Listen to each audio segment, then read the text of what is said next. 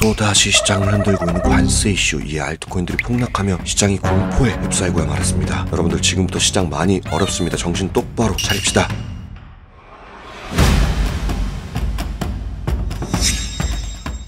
반갑습니다. 링컨입니다. 최근 비트코인이 이전과는 다르게 힘이 많이 빠진 듯한 모습을 보여주고 있습니다. 이에 알트코인들, 특히 시가총액이 낮은 잡코인들이 단기적으로 폭락해 많이들 걱정되실 거라고 생각합니다. 이런 분들을 위해 결론부터 말씀드리면 저는 아직은 기회가 남아있다고 생각합니다. 하지만 비트코인의 큰 차트들에서 좋지 않은 신호가 발생해 마냥 안심할 수만은 없는 상황인데요. 그래서 오늘은 저의 생각들을 자세하게 말씀드리기 위해 지난 영상 관점 복귀, 현재 차트의 리스크, 그럼에도 기회가 남아있다고 생각하는 근거들, 마지막으로 단기 차트 분석과 매매 전략으로 영상 구성해봤으니 영상 끝까지 시청 부탁드립니다. 먼저 지난 영상 관점 복귀부터 해보도록 하겠습니다. 제가 지난 영상을 업로드할 시점은 대략 109K 부근이었습니다. 그리고 이 박스권을 지키고 상승할 것이다 라는 것이 저의 관점이었는데요. 아쉽게도 박스권을 이탈하며 하락이 발생해 저의 관점은 실패했습니다. 하지만 이런 위험 상황을 텔레그램에 빠르게 브리핑드렸고 대응을 하여 다행히 추가 하락을 피할 수 있었습니다. 이런 실시간 브리핑을 받아보고 싶으시다면 댓글에 링크를 클릭하셔서 텔레그램에 입장 후 전략과 시황 받아가시길 바랍니다. 자, 본격적으로 저의 관점들을 말씀드리기 전에 잠깐만 시간 내주셔서 구독과 좋아요 한 번씩만 부탁드립니다. 감사합니다. 자, 먼저 현재 차트의 리스크 요인들을 말씀드려 보겠습니다. 첫 번째 리스크 요인은 월봉 하락 다이버전스 가능성입니다. 현재 비트코인 월봉 차트는 캔들의 종가는 높아지는데 RSI의 고점은 낮아지는 하락 다이버전스가 중첩되고 있는 상황입니다. 그리고 거래량을 보시면 점점 줄어드는 것을 확인할 수 있죠. 아직 6월 캔들이 음봉으로 마감되지 않았기에 하락 다이버전스가 컨펌된 것은 아니지만 음봉으로 마감하게 된다면 최악의 경우 시즌 종료의 가능성이 생깁니다. 야, 이제 6월 시작인데 왜 벌써 겁주냐 라고 생각하실 텐데, 만약 양봉으로 마감한다 하더라도 거래량이 빠지고 있는 불안한 상승이 진행되고 있고 RSI가 이전 고점을 넘기는 강한 상승이 나와주지 못한다면 결국 이 다이버전스는 컨펌될 가능성이 높습니다. 또한 이 월봉 단위에서의 하락 다이버전스는 21년 사이클 종료를 만들었던 원인이었기 때문에 더욱 주의를 해야 하는데요. 지난 사이클 고점을 보시면 캔들의 종가는 높아지는데 RSI의 고점은 낮아지며 이상 신호를 보냈고 음봉으로 마감하자 약 11개월간 70% 하락해 지옥같은 하락장을 겪었던 것을 볼 수가 있죠. 따라서 현재 이러한 신호가 포착됐기 때문에 마냥 안심할 수는 없다는 것이 저의 관점이고, 이게 첫 번째 리스크 요인이었습니다. 두 번째 리스크 요인은 주봉 하락 다이버전스입니다. 첫 번째 요인에서 말씀드린 월봉 하락 다이버전스는 아직 종가 마감이 한참 남았기 때문에 대비 정도만 하면 되지만 주봉은 이미 하락 다이버전스가 컨펌된 상황입니다. 캔들의 고점은 높아졌는데 RSI의 고점과 거래량이 낮아지며 이상 신호를 보내고 있죠. 그리고 지난 사이클 종료 시점에도 월봉 하락 다이버전스와 더불어 주봉 하락 다이버전스가 있었는데 보시면 가격과 RSI가 리버싱 됐고 음봉으로 마감하자 약 70% 하락했죠. 따라서 현재 주봉 하락 다이버전스가 컨펌된 상황이기 때문에 앞서 말씀드린 월봉 하락 다이버전스가 컨펌될 가능성이 매우 높고 마냥 올라가겠지라고 생각하는 건 큰 손실을 볼 가능성이 높다고 생각합니다. 이게 두 번째 리스크 요인이었습니다. 세 번째 리스크 요인은 ETF 상품 매도세입니다. 이번 시즌 비트코인이 상승할 수 있었던 원인 중 가장 큰 비중을 차지한 원인은 ETF 승인과 ETF에 유입되는 자금이라고 누차 강조드린 바 있었죠. 그런데 지난주 2거래일 연속 ETF에서 큰 자금이 이탈했고 특히 블랙록에서 대규모의 매도세가 발생했는데 이는 ETF 상품 출시 이후 가장 큰 규모입니다. 그 말인즉슨 기관들이 대규모로 매도를 했다는 뜻이기 때문에 이는 시장의 하락을 불러올 수 있다는 것이 세 번째 리스크 요인이었습니다. 하지만 영상 초반에 아직은 기회가 남아있다고 말씀드렸었죠. 지금부터 그 근거들을 하나하나 살펴보도록 하겠습니다. 첫 번째 근거는 CME 엘리어트 파동입니다. 지난 영상들에서 상승의 근거로 현재 엘리어트 파동상 상당히 명확한 임펄스가 진행 중이다 라고 말씀드려왔습니다. 그런데 신고가를 경신하는 상승 파동을 보시면 5개의 명확한 임펄스 파동으로 진행되지 않고 ABC 형태로 진행되는 것을 볼 수가 있습니다. 그리고 이 하락 파동의 형태 또한 임펄스가 아닌 ABC에 가깝습니다. 그렇기 때문에 저는 현재의 파동이 엔딩 다이아고날이라고 해석하고 있고요. 엔딩으로 진행된다면 파동이 연장되면서 고점을 한두 차례 경신할 가능성이 있기에 아직은 시장의 기회가 남아있다고 생각합니다. 이게 저의 첫 번째 근거였습니다. 두 번째 근거는 이더리움 ETF 자금 유입과 온체인 데이터입니다. 현재 이더리움 ETF 자금 유입 현황은 비트코인과 다르게 오히려 매수세가 증가하고 있는 상황입니다. 만약 기관들이 시장의 사이클이 종료됐다고 판단했다면 이더리움 ETF 상품에서도 매도세가 발생했어야 정상입니다. 하지만 매수세가 증가했기 때문에 이는 비트코인에서 이더리움으로 자금이 옮겨갈 가능성이 있다는 뜻이고, 이더리움에 자금이 옮겨간다면 이더리움은 당연히 상승할 가능성이 높겠죠. 그렇다면 다른 알트코인들도 당연하게도 이더리움을 따라 상승할 가능성이 높습니다. 또한 이더리움 코인베이스 12D를 보시면 아직 전혀 매도의 흔적이 보이지 않습니다. 따라서 이 물량들이 정리돼야만 시장 사이클이 종료될 가능성이 높고, 이 물량들이 정리되기 시작하면 이더리움이 추가 상승할 가능성이 매우 높겠죠. 이전에도 이더리움이 추가 상승하는 시점이 매도한 시점인 것을 참고해봤을 때 아직 이더리움과 알트코인들에게 기회가 남아있다고 생각합니다. 이게 저의 두 번째 번째 근거였습니다. 세 번째 근거는 비트코인 도미넌스입니다. 일전에 한번 다뤘던 도미넌스 사이클을 다시 한번 체크해 보겠습니다. 이번 사이클 도미넌스는 정말 끝없는 우상향이 진행되고 있고 4주 전